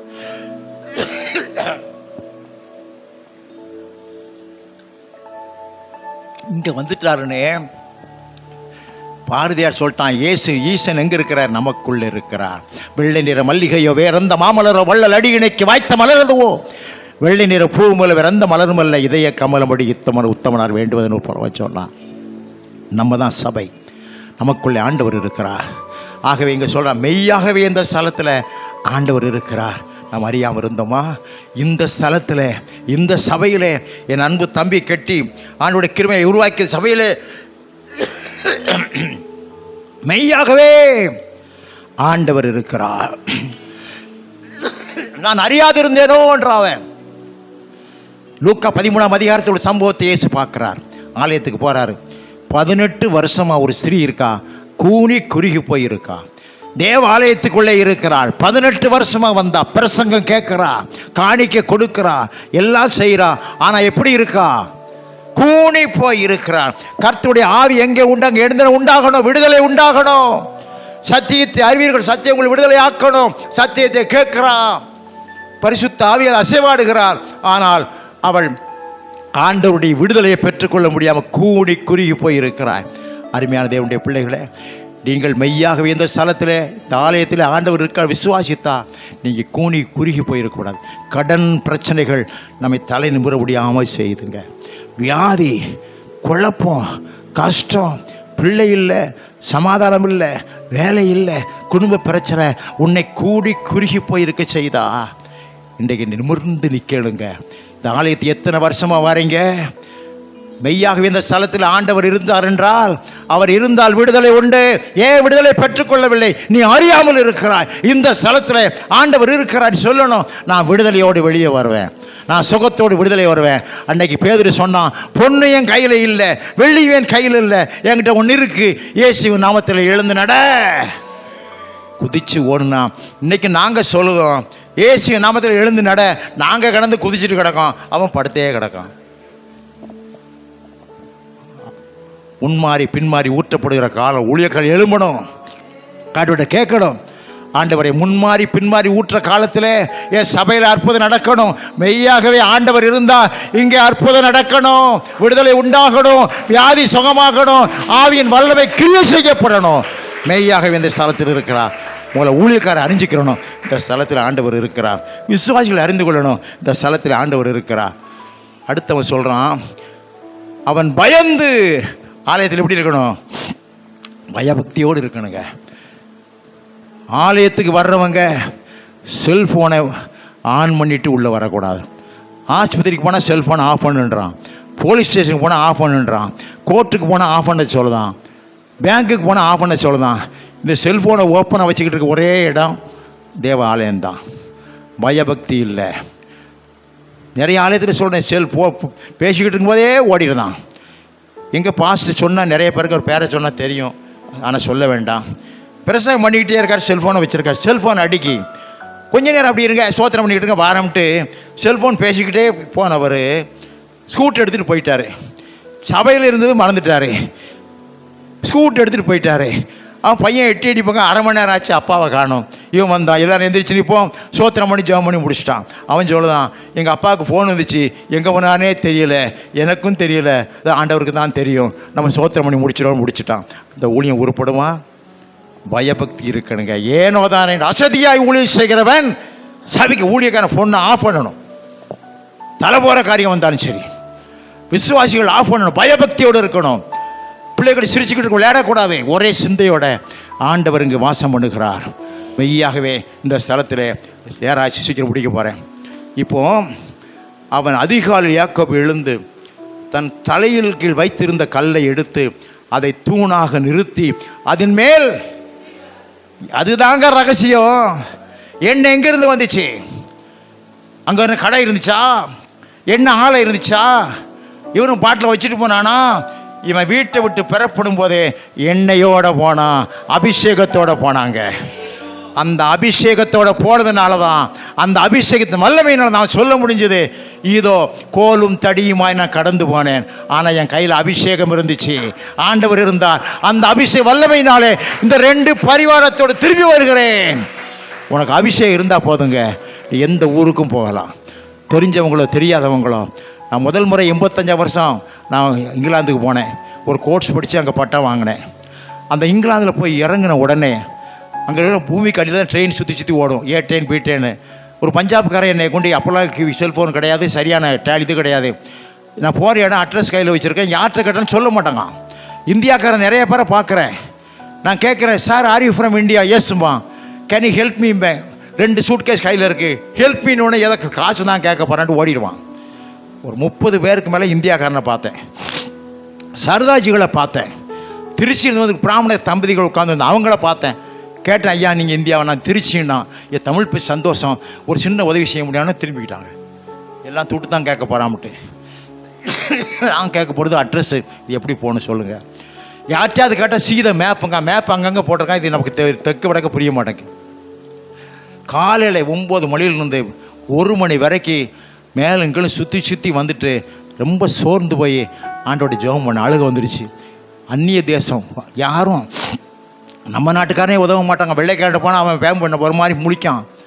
ஆண்டவரே எனக்கு உதவி செய்யுங்க, ஆபத்து நேரத்தில் நோய் கூப்பிட்டு சொன்னீங்களே. ஜெபிச்சுட்டு கண்ணை திறந்து பார்த்தேன், 2 வாலிபர்கள் ஒரு சின்ன பிள்ளையை கூட்டிகிட்டு போய்கிட்டு இருந்தாங்க. என்னை கிராஸ் பண்ணிட்டாங்க, சார் சார் சாருன்னு 2 பேரும் ஓடி வந்தாங்க. நான் கேட்டேன், ஆர் யூ ஃப்ரம் இந்தியான்னு? அண்ணே உங்களுக்கு என்னென்ன வேணும்னா ஒருத்தன். எனக்கு அழுக வந்துடுச்சு. அழுக வந்தவனே கையை பிடிச்சிக்கிட்டாரு. அழாதீங்கண்ணே, நாங்கள்லாம் தமிழ் பேசுகிறவங்க, நம்ம தமிழ் மக்கள்லாம் உயிரை விடுவோம். அப்போ நீங்கள் சென்னையான்னு கேட்டேன். சென்னையில் யாழ்ப்பாணம்னா இலங்கை. நீங்கள் அண்ணன், நீங்கள் சம்மள சகோதரர்கள், ஒரு குடும்பம், சொல்லுங்கள் என்ன செய்யணும்? இந்த இடத்துக்கு போகணும், அட்ரஸ் போக முடியலை.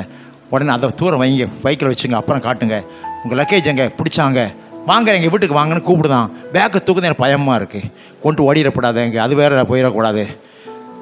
ஒன்றும் யோசிக்காதீங்கண்ணே, வாங்கண்ணே அப்படின்னு காரை ஏற்றி வச்சுட்டான். காலையிலேருந்து சுற்றுறதுனால பாத்ரூம் போகணும், டாய்லெட் போகணும் போல் தெரியுது. நான் கேட்குறேன், டாய்லெட் எங்கே இருக்குன்னா, அது ஒரு காயின் போட்டால் காய் திறக்கும், ஒரு ஆள் தான் உள்ளே போக முடியும், பேக்கை தூக்கிட்டு போக முடியாது. பேக்கை அவங்கள நம்பி தான் விட்டுட்டு போகணும். பயமாக இருக்குது. அங்கே இருந்துக்கிட்டே பின்னால் பார்க்கேன், நிற்கானா போயிட்டானான்னு. பயப்படாதீங்கண்ணே, நீங்கள் எல்லாம் போயிட்டு வாங்கினே. வந்து வீட்டுக்கு கூட்டிகிட்டு போனான். மனைவி பேர் ஜீவா, இன்னும் ஞாபகம் இருக்குது, வாலிப பிள்ளை. அவர்கிட்ட சொல்கிறான், ஜீவாட்ட ஒருத்தருக்கு தங்கச்சி, ஒருத்தருக்கு மனைவி. நம்ம அண்ணன் வந்திருக்காருமா ஊரில் இருந்து, நல்லாண்டிக்கு நைட்டில் சாப்பாடு கொடுக்கணும், நம்ம வீட்டில் தங்குவார், காலையில் தான் அவர் போவார், கவனிச்சிக்கிறணும். அதை விட நான் சொல்கிறேன், 2 பேரும் நைட் டியூட்டி போயிட்டாங்க. ஜீவாட்ட சொல்கிறாங்க, அண்ணனை நல்லா கவனிச்சிக்கோ, டீ காஃபி கேட்டால் போட்டு கொடு, அண்ணன் தங்கச்சி இங்கே இருக்கா, நீங்கள் இருங்க, பையன் தான் எங்கள் கூட இருக்கான். நான் காலையில் 8 மணிக்கு டியூட்டி முடிஞ்சு வருவோன்னா என்னை நம்பி அந்த வாலிப பிள்ளையை விட்டுட்டு போகிறாங்க. எனக்கு அப்படியே நெஞ்ச உடஞ்சி போச்சு.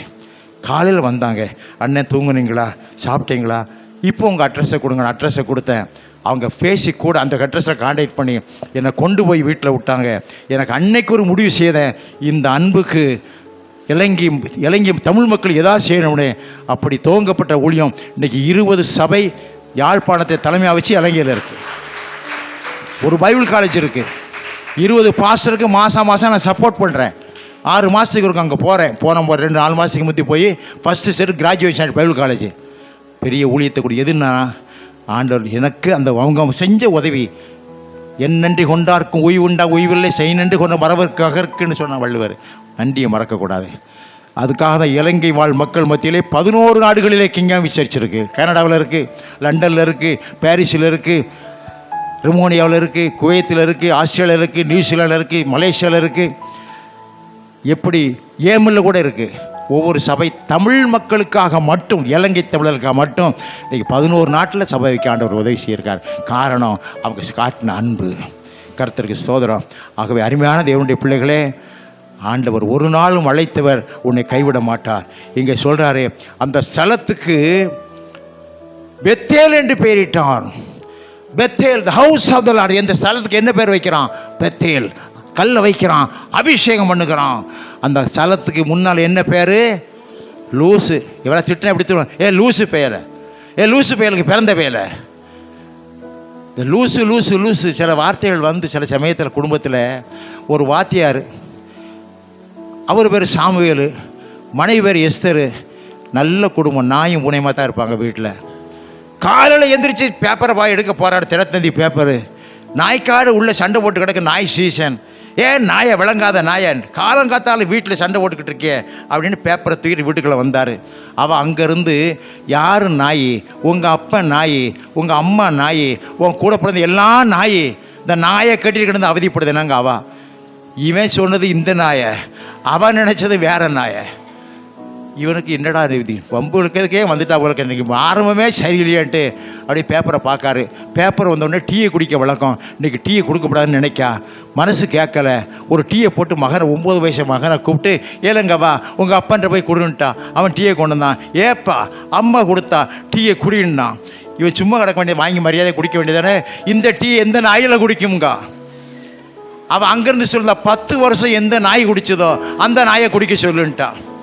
இதெல்லாம் தேவையா? ஆம்பளைகள் கேட்டுக்குங்க, மரியாதையாக குடிச்சிட்டு போயிருங்க, பேசாதீங்க, பேச்சை வம்பு வளர்க்காதீங்க. சரின்னு மத்தியானம் காலையில் சாப்பிடக்கூடாது, பள்ளிக்கூடத்துக்கு போயிட்டா சைக்கிளை தூக்கிட்டு அப்படியே மனசில் சோர்ந்துட்டு போகிறாரு. அங்கே கிளாஸ் ரூமில் எல்லா பேர்களும் வெளியே நிற்கும். அங்கே நாய்க்காடு சண்டை போட்டு கிடக்கு, நாய் சீசனு. ஏன்னா உள்ளே வாங்கலை, பாடம் நடத்தின உள்ளே வாங்கல, ஒரு பேர் வரமாட்டாங்க. சார் சண்டை முடியட்டு சார்ன்ட்டான். ஒரு வழியாக நாய் சண்டை முடிஞ்சு வாத்தியார் உட்காந்துக்கிட்டு இருக்கார். பையன் எப்போ வரான்னு வந்தான். சார் நாய் சண்டை முடிஞ்சது, இப்போ நீங்கள் ஆரம்பிங்க. வாத்தியார் நிலைமை பார்த்தீங்களா? இல்லை என்ன நாயோடு சேர்த்துட்டீங்களா பாவிகளா? இப்படியே ஒரு மாதிரி பாடத்தை முடிச்சுட்டு மத்தியானம் வரைக்கும், மத்தியானம் சாப்பாடும் போகிற வீட்டுக்கு சாப்பாடும் கொண்டு வரல. 4 மணிக்கு வீட்டுக்கு போது சைக்கிள் எடுத்துட்டு வெளியே வராரு. ஒரு நண்பர், படித்த நண்பர், பகலில் முன்னால் படித்தவர் கூட வராரு. சார் இங்கே தான் வேலை வைக்கல. ஐயா எங்கள் ஊர் தானே, அடுத்ததுல வீடு இருக்குது, வாங்க வீட்டு வரைக்கும் போவோம். இன்றைக்கி மனசுக்கு சரியில்லை, உடம்புக்கு சரியில்லை, இன்னொரு நாளைக்கு வரேன், வீட்டு நம்பரை சொல்லுங்கள், இன்றைக்கி வாங்கங்க, வாங்கி ஒரு டீ சாப்பிட்டு போவோம். இல்லைங்க மனசு சரியில்லை, உடம்பு சரியில்லை, போயிட்டு வரேன். என் பொண்டாட்டி நல்ல பருப்போட போட்டு வச்சுருப்பா, டீ நல்லா போட்டு தருவா, வாங்க சாப்பிட்டு போங்க. இல்லைப்பா இன்னொரு நாளைக்கு வரேன். கண்ட நாய்களும் வந்து என் வீட்டில் டீ குடிக்கு. அவன் சொல்லுதா பாரு, என்னடா அன்றைக்கி நாய் நம்மளை விட்டு போகாது போலுக்க அப்படின்னு வீட்டுக்கு சோர்ந்து போய் வந்தானா. அது மாதிரி அருமையான தேவனுடைய பிள்ளைகளே, நம்ம கையில் தான் இருக்குது. காலையில் அவன் தாவீது சொன்னான், கர்த்தரை எனக்கு முன்பாக வைத்திருக்கிறேன், அவர் என் வலது பார்சத்திற்கு அசைக்கப்படலை. ஏன் தினத்தந்தி பேப்பருக்கு போகிற சாமுவேல், வேதத்தை முதல்ல படி, பைபிளை படி, ஜெபம் பண்ணு, பிறகு பேப்பரை தேடு. வீட்டில் சண்டை வராது, நான் எல்லாம் தன்னால் ஓடி போகும். கர்த்தருக்கு ஸ்தோத்திரம். அவன் சொல்கிறான், லூஸ் அந்த ஊருக்கு. நான் ஒரு இடத்துல பிரசங்கம் பண்ணிக்கிட்டு இருந்தேன். இந்த லூஸுன்னு சொல்லும்போது சில வீட்டில் சில பையங்களை சொல்லுவாங்க, லூசு பையன் எங்கே, எல்லா இப்போ நல்ல பையன் லூசு பையலாக இருக்கான், ஒன்றும் படிக்க மாட்டேங்கான், ஒன்றும் விளங்க மாட்டேங்கு. இந்த லூசுன்னே பேராகி போச்சு. பாட்டு பிடிக்க வந்தவர் நாகர்கோவில்காரரு, மனைவி பிள்ளைகளோட 2 பையங்களும் கூட்டு வந்திருக்காரு. நான் பேசிக்கிட்டே இருக்கேன், லூசுன்னு அழ ஆரம்பிச்சிட்டாரு. அவர் எனக்கு பிறகு நான் முடிக்கவும் பாட்டு பாடணும், ஏன் அழுகிறான்னு தெரியல, குலுங்கி அழுகுதாரு. ஏன்டா அழுதாரு? நம்ம பிரசங்க அப்படி தொற்றுச்சு போலுக்குன்னு நினச்சேன். அப்படி முடித்த உடனே பைக்கை பிடிச்சாரு. அண்ணன் பேசினார் லூசுன்னு. இந்த பையன் வந்திருக்கான், கீபோர்டு போடுதான் பாருங்க. அவன் 15 வயசு வரைக்கும் அவரை எல்லாரும் லூசுன்னு தான் சொல்லுவாங்க. இந்த லூசு பையில கூட்டிகிட்டு எங்கேயும் வராதிங்க, கல்யாண வீட்டுக்கு வராதிங்க, சொந்தக்காரன் இந்த லூசு பையில ஏன் கூப்பிட்டு வந்தீங்க, லூசுன்னு பேர் வாங்கினான். ஆனால் ஆண்டவர் அவனுக்காக கண்ணீரோடு ஜெபிச்ச புருஷன் முண்டாட்டியும் இன்னைக்கு சர்ச்சில் கீபோர்டு போடுறான், கன்வென்ஷனில் போடுறான். அந்த லூஸை இப்படி எப்படி மாற்றிட்டார் ஆண்டவர் சொல்லுங்க? பெத்தேலாய் மாற்றி விட்டார். ஒருவேளை உதவாக்கிற பிள்ளையாக இருக்கலாம், ஒன்றுக்கு உதவாத பிள்ளையாக இருக்கலாம். ஆண்டவர் அந்த உள்ளத்தில் வந்த அந்த பிள்ளை அப்படியே தூக்கி ஜொலிக்க செய்வார், ஊழியத்தில் பயன்படுத்துவார். அப்படி எழுந்து நிற்பமாக. அந்த ஊருக்கு லூசுன்னு பேரு. இப்போ அப்பொழுது யாக்கோபு, தேவன் என்னோட கூட இருந்து நான் போகிற இடத்து வழியிலே என்னை காப்பாற்றி என்ன உண்ண ஆகாரமும் உடுக்க வஸ்திரமும் எனக்கு தந்து என் தகப்பன் வீட்டுக்கு சமாதானத்தோடு திரும்பி கொண்டு பண்ணுவான கர்த்தனுக்கு தேவனாயிருப்பார். நான் தூணாக நிறுத்தின இந்த கல் தேவனுக்கு வீடாகும். தேவரீர் எனக்கு தந்த எல்லாவற்றிலும் உமக்கு தசமபாகம் செலுத்துவேன். தசமபாகம் சபையிலே செலுத்தணும். இது ஆண்டவருடைய பிரமாணம். நீங்கள் தேவனை வஞ்சிக்கிறீர்கள் எதனாலே? காணிக்கையில் தசமபாகத்தினால் தானே. ஆலயத்தில் ஆகாரம் உண்டாயிருக்கும்படி தசமா காணிக்கை சர்ச்சில் கொண்டு வாங்க. அப்பொழுது வானத்தின் பல்கணிகளை திறந்து இடங்கொள்ளாமல் போக மாட்டோம். கர்த்தர் உன்னை ஆசீர்வதிப்பார். வீட்டில் சரியான படிக்காத பிள்ளைகள் படிக்கலையா? பிள்ளைகள் செல்ல உஷாரா இல்லையா, கீழ்ப்படியலையா, லூசு மாதிரி இருக்கா, கவலைப்படாத. அந்த லூசை ஆண்டவர் அப்படியே ஜொலிக்க செய்ய போறாரு, ஆசீர்வதிக்க போறாரு, உயர்த்த போறாரு. ஆண்டவர் சொன்னார், நான் உன்னோட கூட இருப்பேன், நீ போகிற வழியெல்லாம் உன்னை காப்பேன், இந்த தேசத்துக்கு திரும்பி வர பண்ணுவேன், ஆனால் நான் சொன்னதை செய்ய வரை உன்னை கைவிட மாட்டேன். ஆண்டவர் சொல்லுகிறார், மகளே நான் சொன்னதை செய்கிற வரை கைவிட மாட்டேன், மகனே நான் சொன்னதை செய்கிற வரை நான் கைவிட மாட்டேன். அவர் கைவிட மாட்டார்.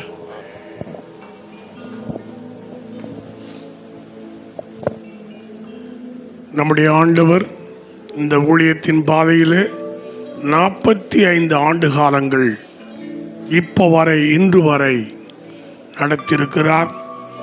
46ஆம் ஆண்டு நாளை சிறப்பு கூட்டம் உண்டு. சரியான நேரத்தில் முடிக்கப்படும். நாளைக்கும் கூட்ட முடிவில் ஆகாரம் கிடைக்கும். இந்த நாளுக்குரிய ஆசீர்வாதத்தை நாம் பெற்றிருக்கிறோம். இந்த 45 ஆண்டுகளுக்காக கர்த்தரை ஸ்தோத்திரம் பண்ணுவோமா? ஸ்தோத்திரம், ஸ்தோத்திரம், ஸ்தோத்திரம், ஸ்தோத்திரம், ஸ்தோத்திரம். மகா பரிசுத்தமும் கிருபை இரக்கமுள்ள பிதாவே ஸ்தோத்திரம்.